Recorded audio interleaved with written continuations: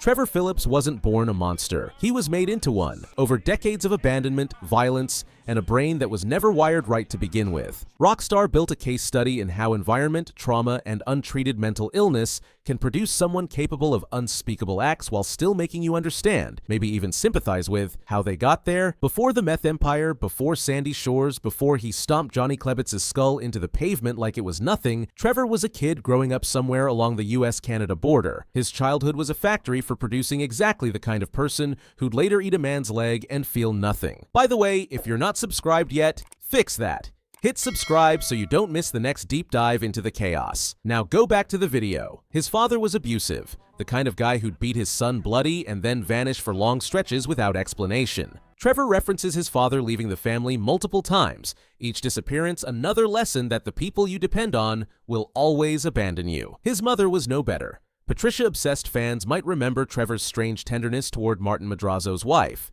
That fixation makes more sense when you understand his relationship with his own mother. She was emotionally unstable, alternating between cruelty, manipulation, and neglect. In one of Trevor's more vulnerable moments, he mentions being left in a shopping mall as a child. Not lost, abandoned, on purpose. His mother walked away and left him there. That kind of rejection carves something out of a person permanently. It teaches a kid that they're disposable, that love is conditional, and that the people who are supposed to protect you are the most dangerous ones of all. By his own admission, Trevor started burning things down early. Literally, he committed his first arson as a kid, torching a strip mall.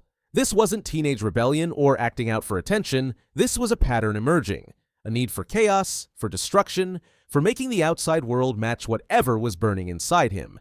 The violence was already there, baked into his DNA or beaten into him or both. The rage had nowhere to go but outward. And Trevor learned young that fire was a language people understood. There's another detail that gets overlooked. Trevor mentions committing his first murder before he ever met Michael. The specifics are vague, but the implication is clear. By the time Trevor entered the criminal underworld as a young adult, he'd already crossed lines that most people never approach. He wasn't corrupted by a life of crime. He arrived pre-corrupted, looking for a place where his particular skill set would be valued. But before all that, he found two things that almost saved him: flying and Michael Townley. Trevor had genuine talent as a pilot.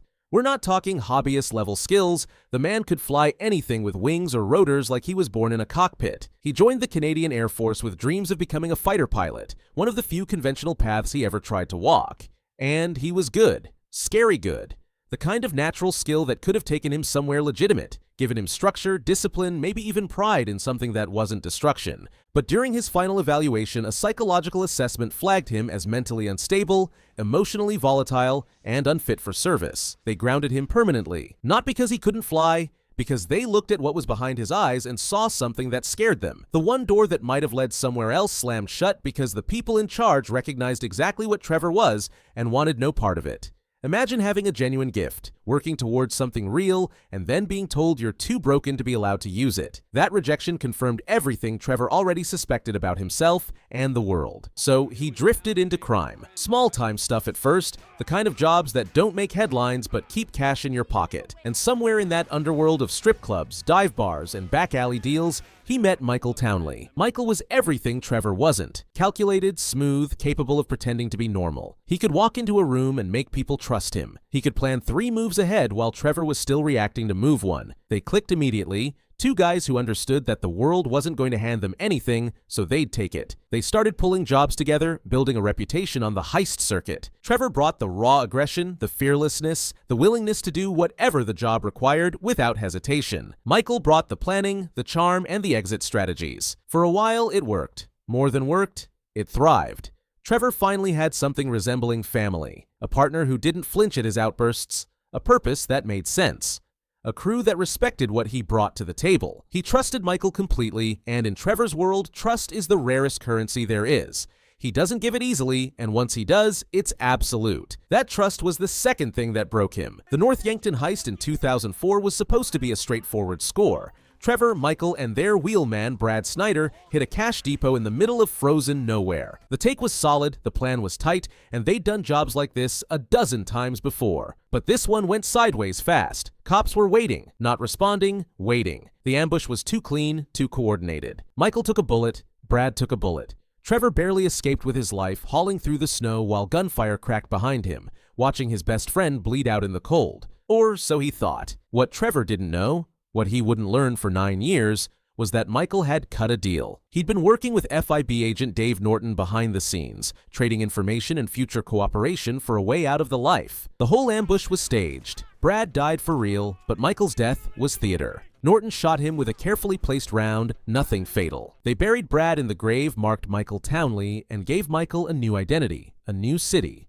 a new life. Michael Townley died in North Yankton. Michael DeSanta was born in Los Santos, complete with a mansion in Rockford Hills, a wife who hated him, kids who ignored him, and witness protection that kept him comfortable. Trevor got none of that. Trevor got a decade of grief, confusion, and the belief that his only real friend was rotting in frozen ground. He visited that grave. He mourned. He probably talked to the headstone like Michael could hear him. And the whole time, Michael was sipping whiskey by a pool in Los Santos, pretending his old life never happened. For 9 years, Trevor thought Michael was dead, and in that vacuum, he spiraled completely. He moved to the desert, to sandy shores, a wasteland of trailer parks, meth labs, and people too poor or too crazy to live anywhere else. Perfect Trevor territory. He set up shop and built Trevor Phillips Enterprises, a meth operation held together with violence, intimidation, and Trevor's complete disregard for consequences. The Lost MC controlled the local drug trade until Trevor decided they didn't anymore. He systematically dismantled their operation, killed their leadership, and took everything they had. Not because he needed to, because he could. He surrounded himself with degenerates and broken people. Ron Jakowski, a paranoid conspiracy theorist too scared to leave and too useful to kill. Wade Hebert, who's got the mental capacity of a golden retriever on sedatives. Chef, who cooks product and keeps his head down because he's seen what happens to people who don't. These aren't friends. They're subjects. Trevor became the undisputed king of Blaine County not because he was smart or strategic, but because he was completely unpredictable. Nobody knew what he'd do next. Threaten you, hug you, kill you, or all three in sequence, including Trevor himself. The psychosis runs deep and clinical. Trevor exhibits nearly every trait of textbook antisocial personality disorder: impulsivity, lack of empathy, violent mood swings, grandiosity, inability to form normal attachments, disregard for social norms and laws. He hallucinates, he blacks out, he wakes up in places he doesn't remember going, wearing clothes he doesn't remember putting on, surrounded by bodies he doesn't remember creating. His brain is a war zone, and he stopped trying to win that fight a long time ago. But here's where Rockstar did something genuinely clever.